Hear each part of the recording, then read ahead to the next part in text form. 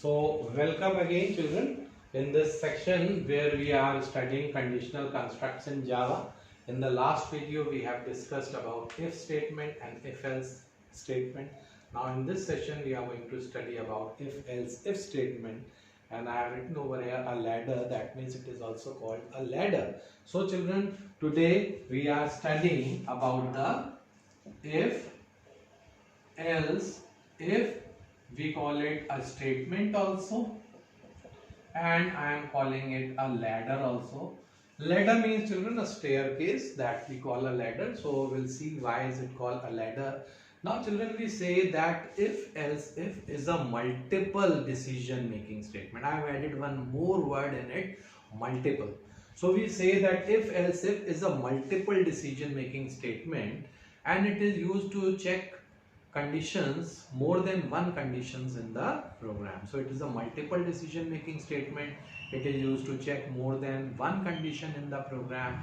And children, so many times a question can come where we have multiple conditions to be checked in a program. Say for example, if the marks are more than equal to 75, we say that student has scored distinction marks. If his marks are from 60 to less than 75, we say he has scored first division marks.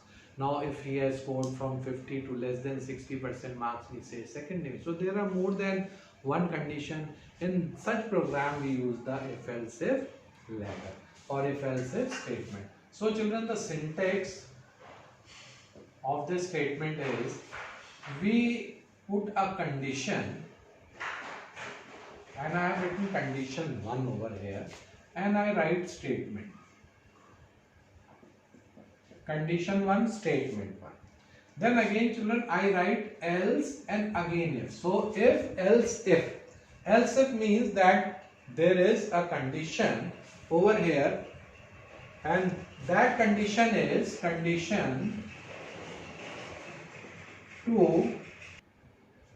So children, we were studying this if else if construct. I have told you that in this we put first condition, and if this condition is true, the statement gets executed, and if this condition is false, again we put if else and we put condition 2, and then we write statement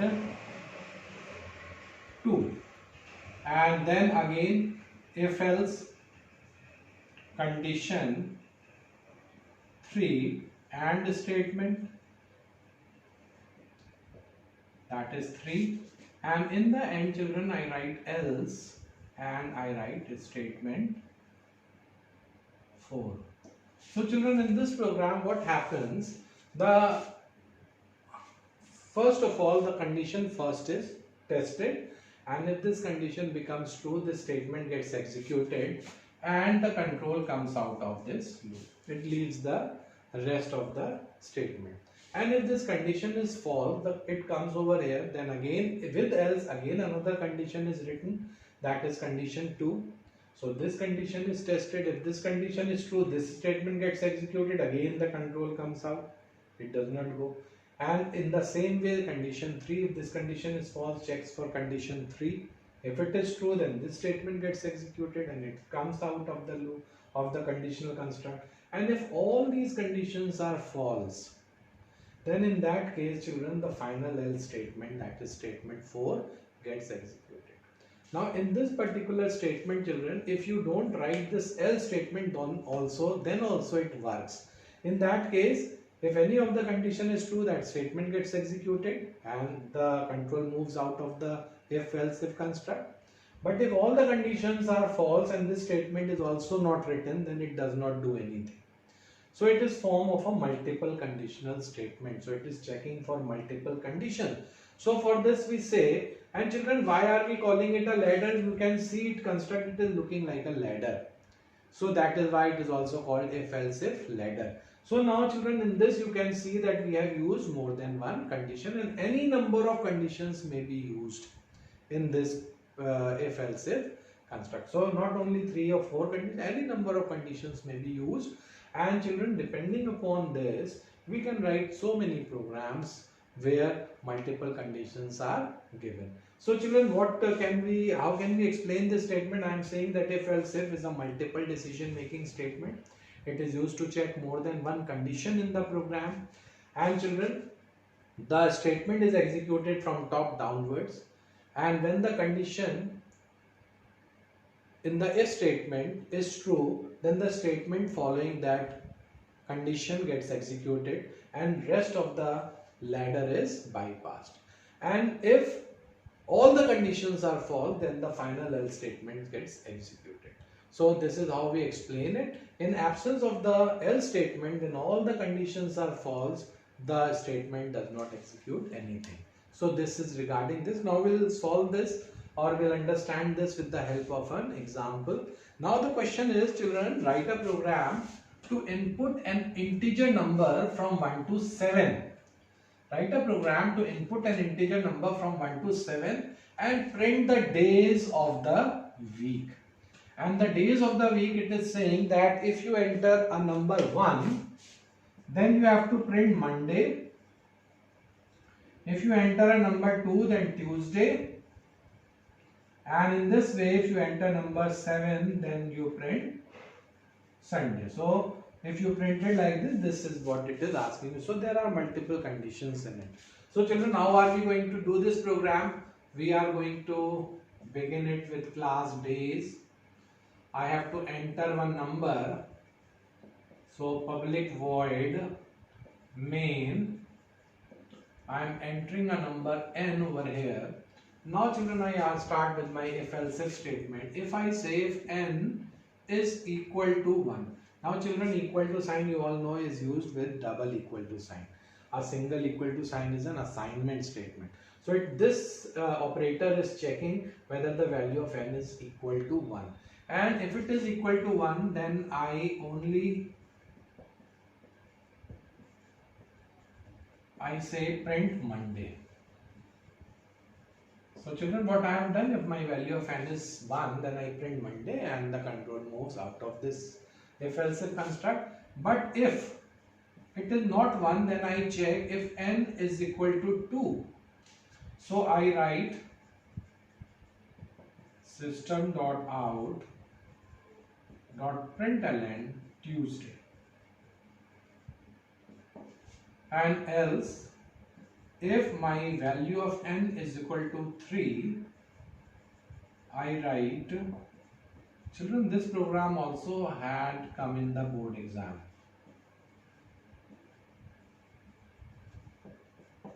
So in the same way, we check for all the conditions. For n equals to 4, we write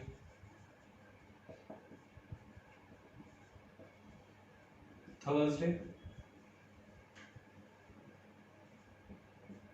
And else if n is equal to 5, we write Friday.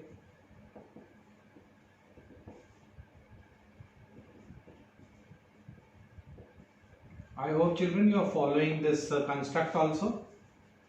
Else if n is equal to 6, we write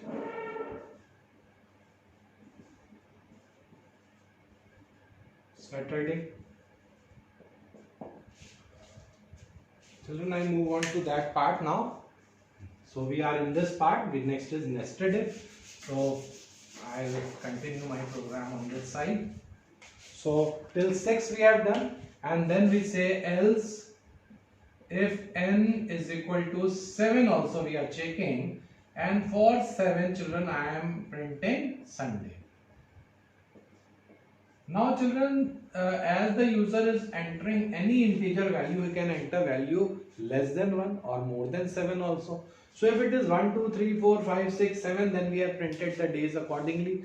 But if the value is other than this range from 1 to 7, then we use the last statement, that is else, and I can print any message for the user. So here I am entering that invalid entry.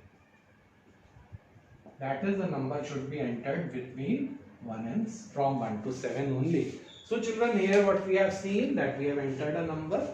Here we are checking for the value. This is the if else construct which has started. If its value is 1, we print Monday, and then we come out of the loop, we end the program. Otherwise, if it is 2, then we print Tuesday, and it is checking, and if it matches with any of these if statement, then that value gets printed. Otherwise, if the value of n is not from 1 to 7, then this else statement gets executed and you get an answer as invalid entry.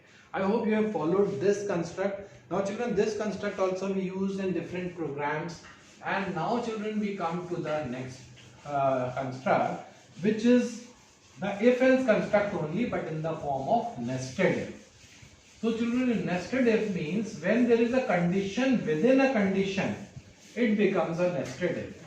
So the next construct is a combination of these if only. So nested if, children, I define nested if as when a nested if is that if where there is another if within a if statement or an else statement.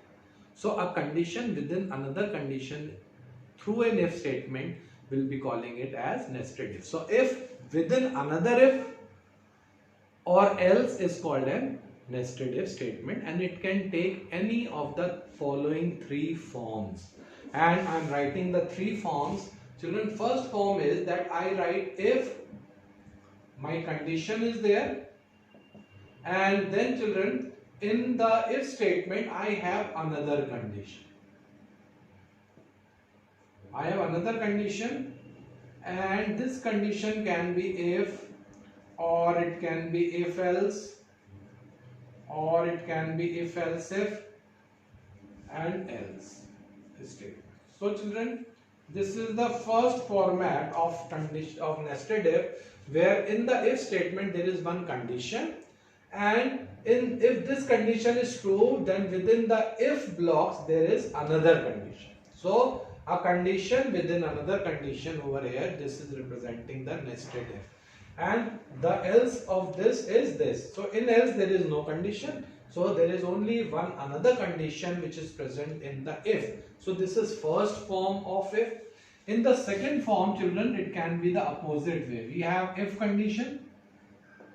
In this condition, we have only a simple Java statement. If this condition is true, we do this, we execute this statement.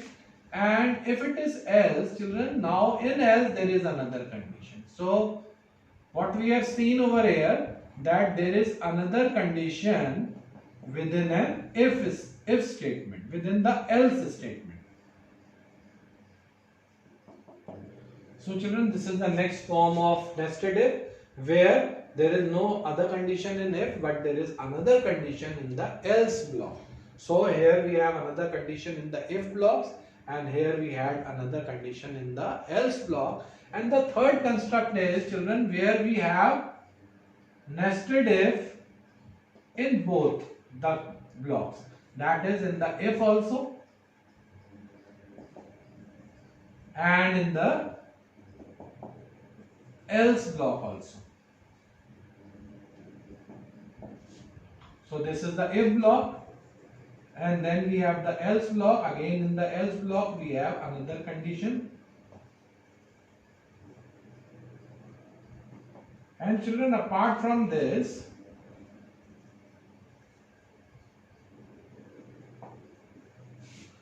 so in this particular format we have another if in the if statement and one more if in the else statement. So it has nested if both in the if block as well as in the else block. In this format we have an if in the else block, a nested if in the else block, and here we had it in the if block.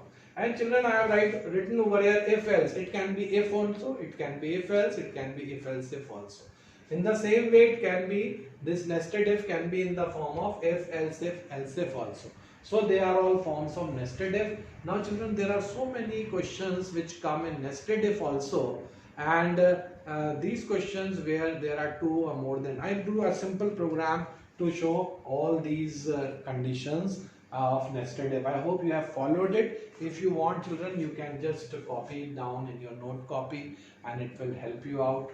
And children, it is very important to follow these conditions. You go through the book also, but in the book it is given in very much detail. Here we are going to do it in very simple way. So children, now I am going to do one program on this nested if. So children, the program is, just write a program to input three sides of a triangle. Write a program to input three sides of a triangle and check whether a triangle is formed or not. Write a program to input three sides of a triangle and check whether a triangle is formed or not. That is one condition. Then we add to this program, if the triangle is formed, then print whether it is right angle triangle or not. So the question is, write a program to input three sides of a triangle and check whether a triangle is formed or not, first condition. And if the triangle is formed, then print whether it is right angle triangle or not. Now children, I hope you know the theorems for forming of triangles from the sides also. So from the sides, children, we say that the sum of the two sides, any two sides must be greater than the third side, then a triangle is formed. And for right angle triangle, we say that it should follow the Pythagorean or the Pythagoras theorem, that is a square should be equal to b square plus c square. If it is a is the longest side, otherwise for b square, we check if it is the hypotenuse is b, then b square should be equal to a square plus c square, and if it is c, then c square should be equal to a square b square. We must know this before we proceed to the programming part. So children, what we do, I write class triangle, and children, I enter my three sides, and as I am giving these input to the user to enter, so I am taking it as double A, that is my first side, double B, second side, and double C, that is the third side. So children, the first condition we have to check is that if A plus B is greater than C, that is sum of AB should be greater than C, but it can be also other sides also. So I write A plus C should be greater than B, and C plus B should be greater than A. So I have checked all the possible combinations with and means, children, this condition should be true, this condition should be true, and this condition should be true. So AB should be greater than C, AC should be greater than B, and CB should be greater than A. If this condition is true, children, then we say that triangle is formed. This question is also from the board, children. Triangle is formed. And children, if I write this its else over here, its else will be triangle is not formed. So with the else we'll write triangle is not formed at this place. But children, when the triangle is formed, it is asking us to check whether it is right angled or not. So again I put my condition. So first form of nested if we are starting, and we say that if A into A, that is A square, is equal to B into B plus C into C. That means A square is equal to B square plus C square, but we don't know which is the longest side. So here I am putting or. Or means any one of them. You cannot have all these conditions possible together. So next is, if B into B is equal to C into C plus A into A, or C into C is equal to A into A plus B into B. So if A square is equal to B square plus C square, or means either of these, B square is equal to C square plus A square, or C square is equal to A square plus B square. If this condition is true, children, I am going to write triangle is right angle. So here I have written triangle is right angle. So children, triangle is formed will also get printed because it is a statement without any condition. It will get printed, and this statement also get printed. And if this condition is false, then children, we write else, and with else I write that triangle is not right angle. So print ln triangle is not right angle. So children, we end the block of if. So if this condition is true, triangle is formed, and we have checked whether triangle. So it is an example of nested if. And the else of this will be that triangle is not formed.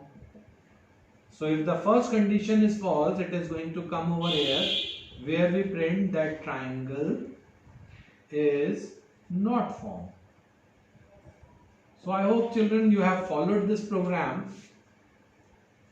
We have entered three sides of a triangle as ABC, as double. Then we have checked for triangle is formed or not by checking this condition. Sum of any two sides should be greater than the third side. If this condition is true, this is called as children logical expression. It is a combination of relational and logical operators. So if this condition is true, we say that triangle is formed, and if triangle is formed, we again have to check whether it is right angle or not. So I checked over here that if with the Pythagoras theorem, I hope you have followed this condition, then triangle is right angled if this condition is true. Otherwise children, we have printed that triangle is not right angled. And entirely if the first condition is false, it is going to leave all this part of a program. It is going to come over here. It is going to print that triangle is not formed, and the program is going to get stopped. Now children, we have other examples of nested if also. We will continue in the next video. I hope you have followed it. Thank you very much.